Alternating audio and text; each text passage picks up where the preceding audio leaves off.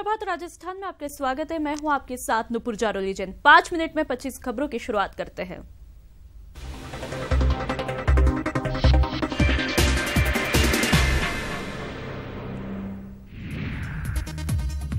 जयपुर में आज होने वाली राजस्थान रोडवेज की चक्का जाम हड़ताल टल गई है। राजस्थान परिवहन निगम संयुक्त कर्मचारी फेडरेशन के बैनर तले 13 और 14 सितंबर को हड़ताल होनी थी। किसान नेताओं और सरकार के बीच हुई वार्ता खत्म हो चुकी है, जिसमें कुछ बिंदुओं पर वार्ता में बनी सहमति। आज फिर 1 बजे दोबारा वार्ता होगी और पूरी तरह सहमति बनने तक चक्का जाम जारी रहेगा। जयपुर में आखिरकार पुलिस ने भीतरी शहर में कर्फ्यू में सुबह 6 बजे से शाम 7 बजे तक छूट देने का निर्णय किया। साथ ही आज कर्फ्यू इलाके के स्कूल भी खुलेंगे।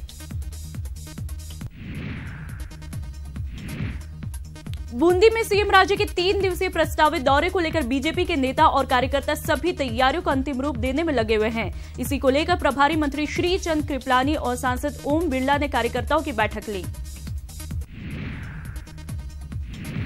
प्रदेश भर के लैब टेक्नीशियन के काम पर लौटने से मरीजों ने राहत की सांस ली। चिकित्सा मंत्री कालीचरण सराफ ने लैब टेक्नीशियन को कहा था कि पहले वो सुबह काम पर लौटे, उसके बाद ही स्वास्थ्य भवन में उनकी मांगों पर वार्ता की जाएगी। बीकानेर में बीएसएफ और एयरफोर्स की जांबाज महिला जवानों की एक टोली ऊंटों पर सवार होकर पाकिस्तान से लगती पश्चिमी सरहद नाप रही है। बीएसएफ सेक्टर मुख्यालय से जांबाज महिलाओं की इस टोली का भव्य स्वागत करते हुए इन्हें फ्लैग ऑफ किया गया। जयपुर डिस्कॉम ने कृषि उपभोक्ताओं के लिए स्वैच्छिक भार वृद्धि घोषणा योजना जारी की है। योजना के तहत मात्र 30 रुपए प्रति हार्स पावर जमा करवाकर बड़े भार को नियमित करवाने का अवसर मिलेगा। अजमेर लोकसभा सीट और मांडलगढ़ विधानसभा सीट पर होने वाले उपचुनावों की तैयारियां शुरू हो गई हैं। हालांकि अब तक तारीखों का ऐलान नहीं हुआ है, लेकिन निर्वाचन विभाग उपचुनावों की तैयारियों में जुट गया है।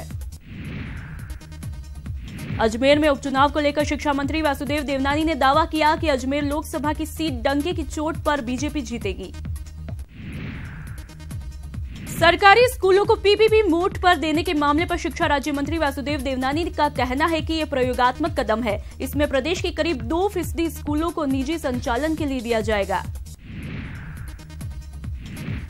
गुरुग्राम के रेयान स्कूल हुई स्कूली छात्र प्रद्युम्न ठाकुर की मौत के बाद अब प्रदेश का शिक्षा विभाग भी हरकत में आया है। शिक्षा विभाग जल्द ही अब सरकारी और निजी स्कूलों के लिए गाइडलाइन तय करने वाला है।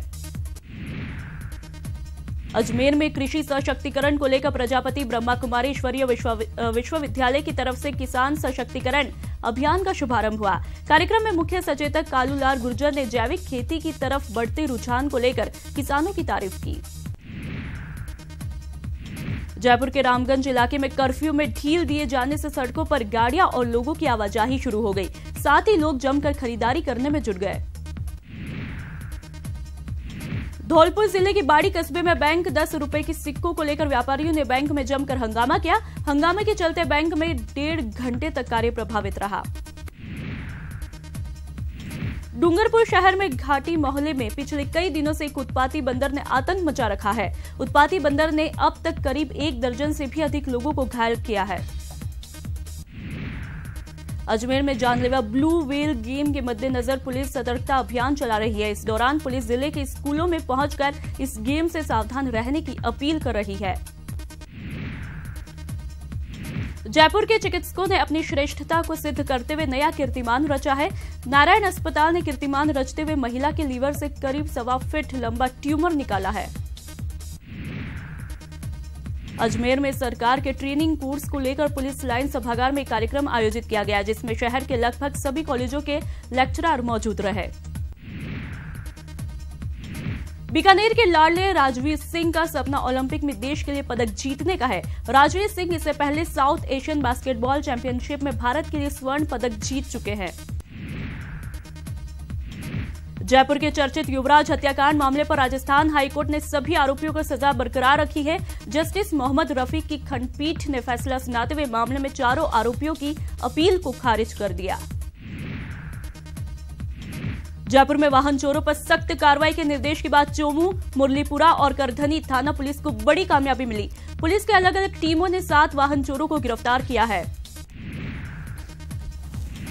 अभिनेता सलमान और अन्य के खिलाफ हिरण शिकार मामले में जोधपुर की सीजेएम ग्रामीण कोर्ट आज सुनवाई करेगी। कोर्ट में इस मामले पर आज से अंतिम बहस शुरू होगी। जापान के पीएम शिंजो अबे 2 दिवसीय दौरे पर आज भारत आ रहे हैं। शिंजो दिल्ली की बजाय अहमदाबाद से अपने दौरे की शुरुआत करेंगे। जापान के PM Shinzo Abe Sabarmati railway station के करीब एथलेटिक स्टेडियम में बुलेट ट्रेन प्रोजेक्ट का भूमि पूजन करेंगे। ये high speed bullet train Mumbai से अहमदाबाद चलेगी, जिसमें जापान मदद करेगा।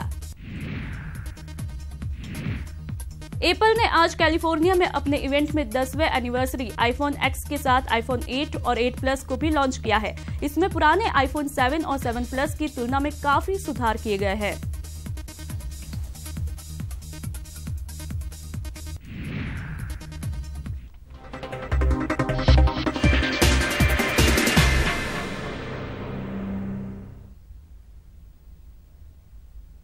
अब खबरें विस्तार से।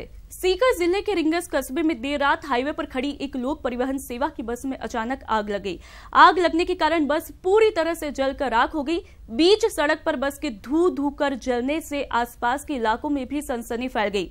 जाम के चलते सड़क पर कई वाहन खड़े कर दिए थे। उसी दौरान ये घटना हुई। बस में आग लगने की सूचना मिलने पर मौके पर दमकल की गाड़ियां पहुंची और आग पर काबू पाया गया। वही बस में अचानक इस तरह से आग लगने के कारणों का अभी खुलासा नहीं हो पाया है। एक्सक्लूसिव तस्वीरें आपके अपने टीवी स्क्रीन ईटीवी राजस्थान पर। बढ़ते हैं आगे। आज होने वाली राजस्थान रोडवेज की चक्का जाम हड़ताल टल गई है। राजस्थान परिवहन निगम संयुक्त कर्मचारी फेडरेशन के बैनर तले 13-14 सितंबर को 2 दिवसीय हड़ताल होनी थी, लेकिन देर रात सरकार से वार्ता के बाद फेडरेशन ने हड़ताल वापसी की घोषणा कर दी है। समझौते के अनुसार सरकार रोडवेज को हर माह 45 करोड़ की आर्थिक सहायता देगी, जिससे रोडवेज कर्मियों को वेतन पेंशन समय पर मिल पाएगा।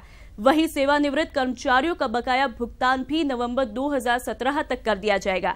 लेकिन पूरे मामले में सरकार और रोडवेज ने किसी भी तरह के समझौते की घोषणा नहीं की। परिवहन मंत्री यूनुस खान ने वार्ता के बाद केवल इतना ही कहा कि उनकी आज एक गुट से वार्ता हुई है, वहीं दूसरे गुट से वार्ता के बाद ही वह समझौते की कोई आधिकारिक पुष्टि करेंगे। वही वार्ता के बाद फेडरेशन ने तो हड़ताल वापस ले ली, लेकिन अभी संयुक्त मोर्चे से सरकार और रोडवेज प्रबंधन को वार्ता करनी है। इस हड़ताल का जो प्रमुख उद्देश्य था वो कर्मचारियों का वेतन अनियमित हो गया था। 2 महीने की सैलरी बकाया थी, जुलाई और अगस्त की अभी तक भुगतान नहीं हुई थी। इन दोनों मुद्दों पर सरकार से समझौता हो गया है। जुलाई और अगस्त की सैलरी इसी महीने के अंत तक भुगतान कर दी जाएगी। 2 यूनियंस ने रोडवेज की अलग अलग घोषणा कर रखी थी। एक यूनियन से हमारी बीएमएस से बात हो गई और दूसरे जो संयुक्त मोर्चा है उनको हमने बुला रखा है। तो जब वार्ता हो जाएगी तो उसके बाद में हम बयान जारी कर देंगे।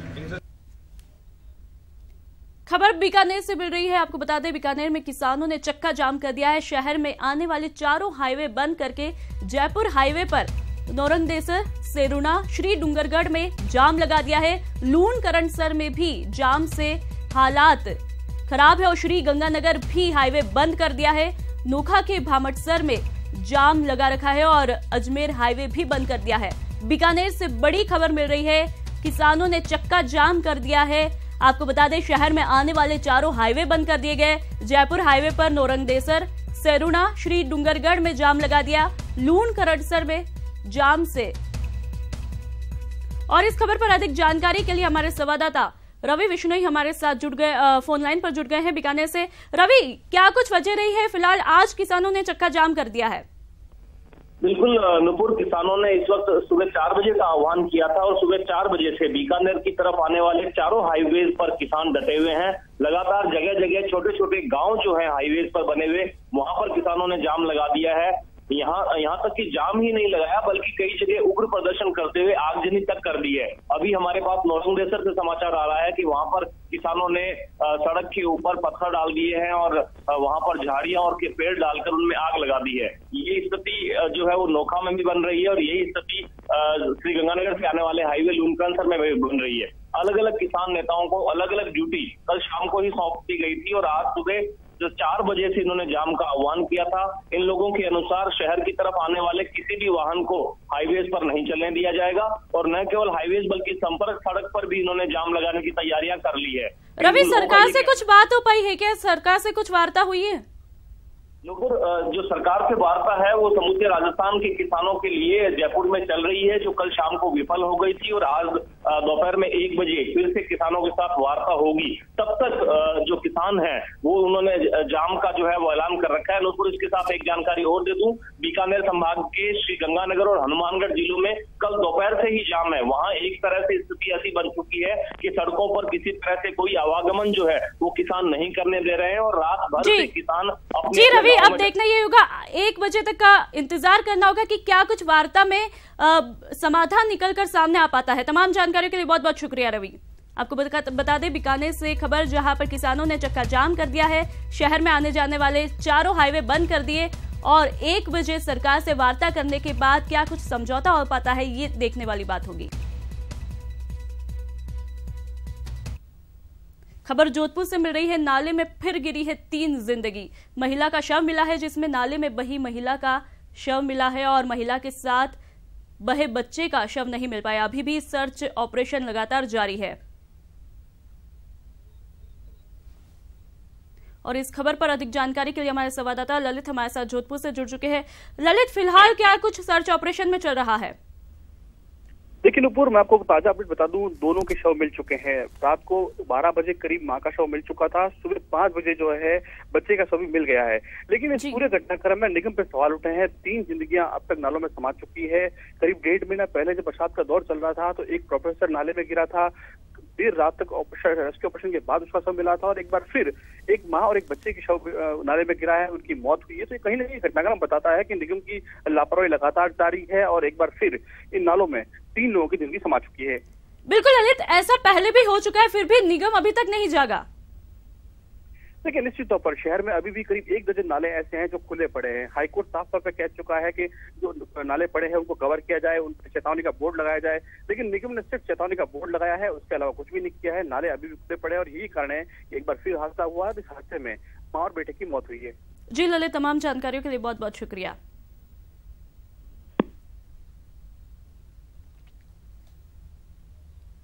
खबर जोधपुर से मिल रही है, कांकाड़ी शिकर मामले में आज सीजेएम ग्रामीण कोर्ट में इस मामले की सुनवाई होगी। आज मामले में शुरू हो सकती है अंतिम बहस। अभियोजन पक्ष शुरू कर सकता है अंतिम बहस। इसमें सलमान खान, सैफ अली खान, तब्बू, नीलम व सोनाली आरोपी हैं। खबर जोधपुर से मिल रही है, कांकाड़ी शिकार मामले में आज सीजेएम ग्रामीण कोर्ट में मामले की सुनवाई होगी।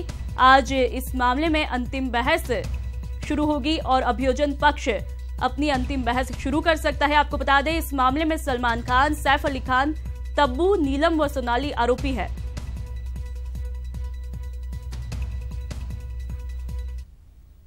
बढ़ते हैं आगे।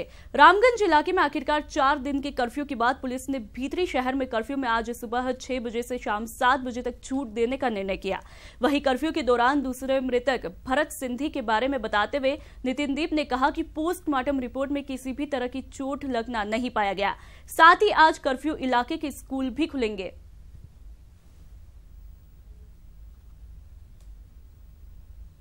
लगभग 6 घंटे की हमने वो दी थी, ढील दी थी और अभी तक जो रिपोर्ट ली गई है उसमें सभी चीज़ें शांतिपूर्वक रही। भरत सिंधी जो है वो उनकी बॉडी थी और वो 8 तारीख को रात 11:20 पे SMS अस्पताल पहुंची थी। लोगों का ये मानना है कि वो इस घटना से जुड़ा हुआ है, परंतु अभी तक जो हमने इन्वेस्टिगेशन किया है उसमें ऐसा कोई लिंक नहीं आ रहा सामने। और इस खबर पर अधिक जानकारी के लिए हमारे संवाददाता सतवीर हमारे साथ सीधा जुड़ चुके हैं। सतवीर, आज कर्फ्यू में ढील दी गई है, क्या कुछ हालात? जी बिल्कुल, जिस तरह बता दूं आपको कि आज जो ढील दी गई है वो सुबह 6 बजे से शाम 7 बजे तक दी गई है, तो इसलिए अब मान सकते हैं धीरे धीरे जो रामगंज के जो हालात हैं वो अब सुधर रहे हैं और साथ ही जो जनजीवन है वो पटरी पर आ रहा है।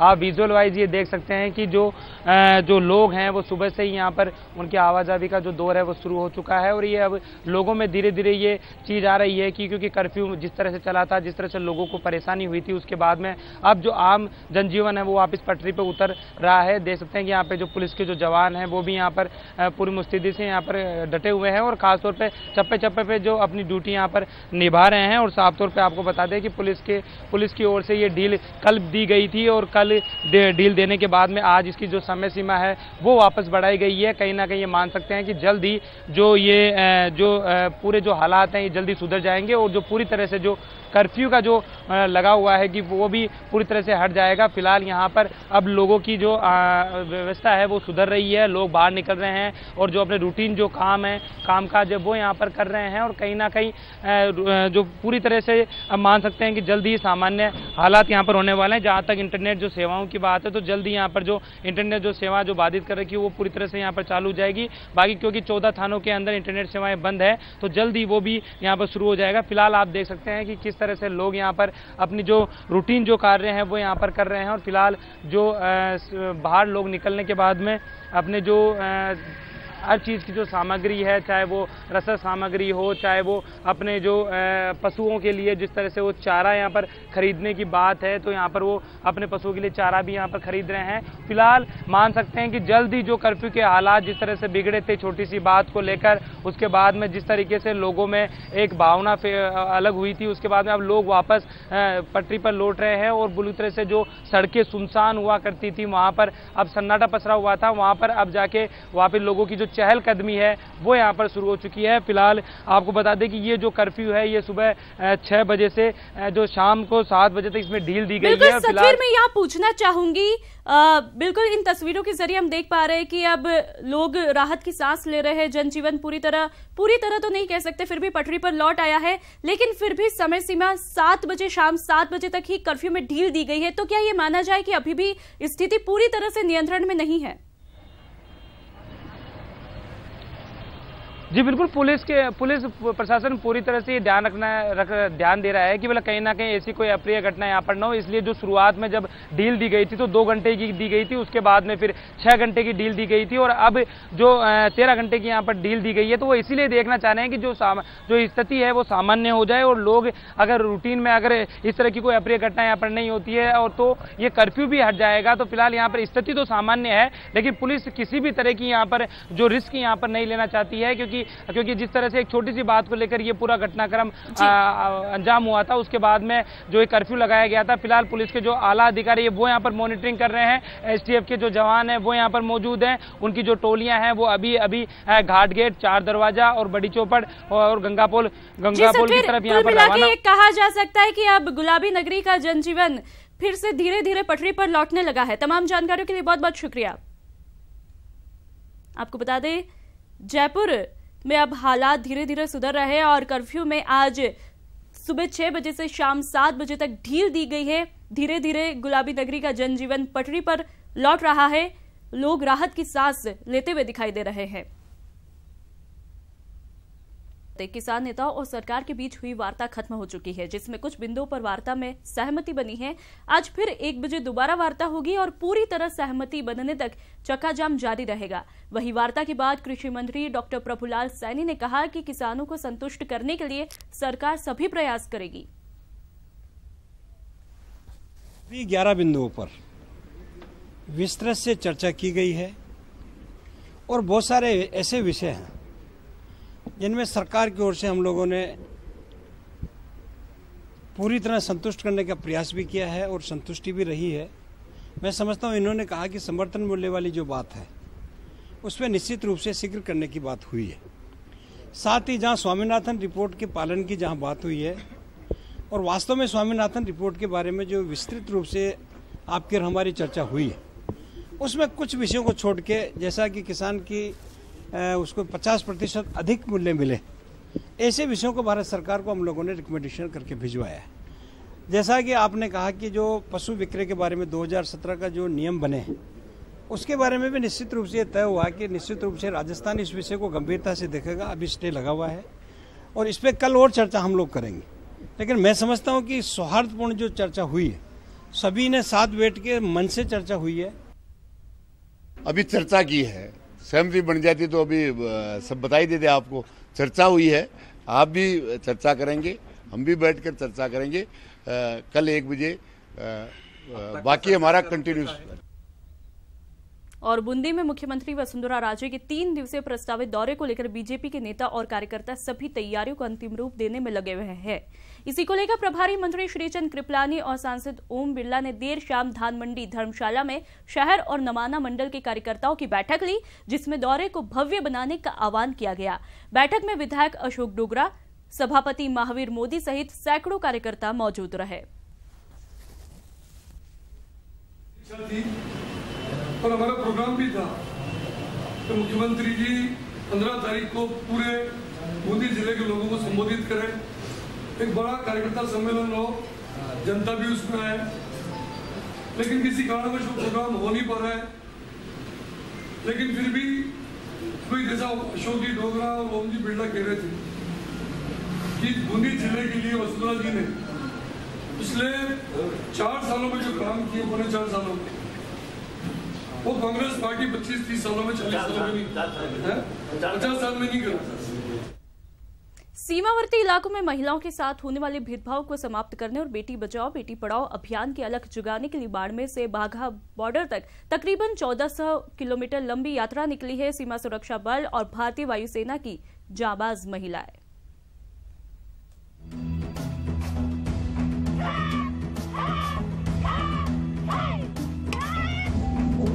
देखिए, ये एसएसबी की महिला कमांडो है।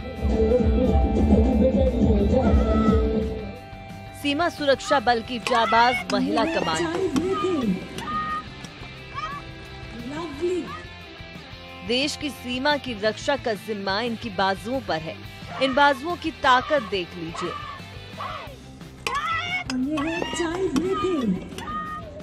लाखों करोड़ों महिलाओं को प्रेरणा देने वाली ये कमांडो एक मिशन पर है। मिशन महिलाओं से भेदभाव खत्म करने का, महिलाओं को सम्मान दिलाने का, बेटी बचाओ बेटी पढ़ाओ का अलख लेकर निकली है ये। बाड़मेर से वाघा बॉर्डर तक 1400 किलोमीटर लंबा सफर, वो भी ऊंटों के जरिए। और साथ मिला है भारतीय वायुसेना के जाबाज महिला दल का भी। दोनों दलों के जाबाजों का बीकानेर के करणी स्टेडियम में जोरदार स्वागत हुआ, जहां ऊंटों के tattoo show,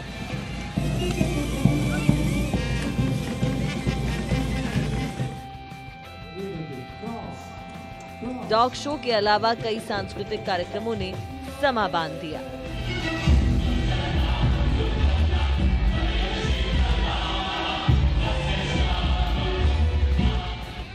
Vikram, ETV news, Bikaner. BSF और एयरफोर्स की जाबाज महिला जवानों की एक टोली ऊंटों पर सवार होकर पाकिस्तान से लगती पश्चिमी सरहद नाप रही है।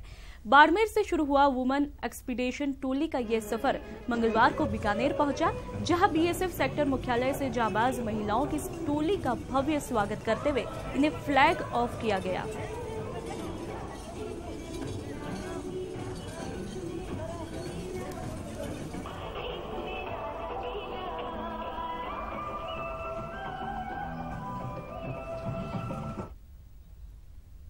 इस बुलेटिन में फिलहाल इतना ही। नमस्कार।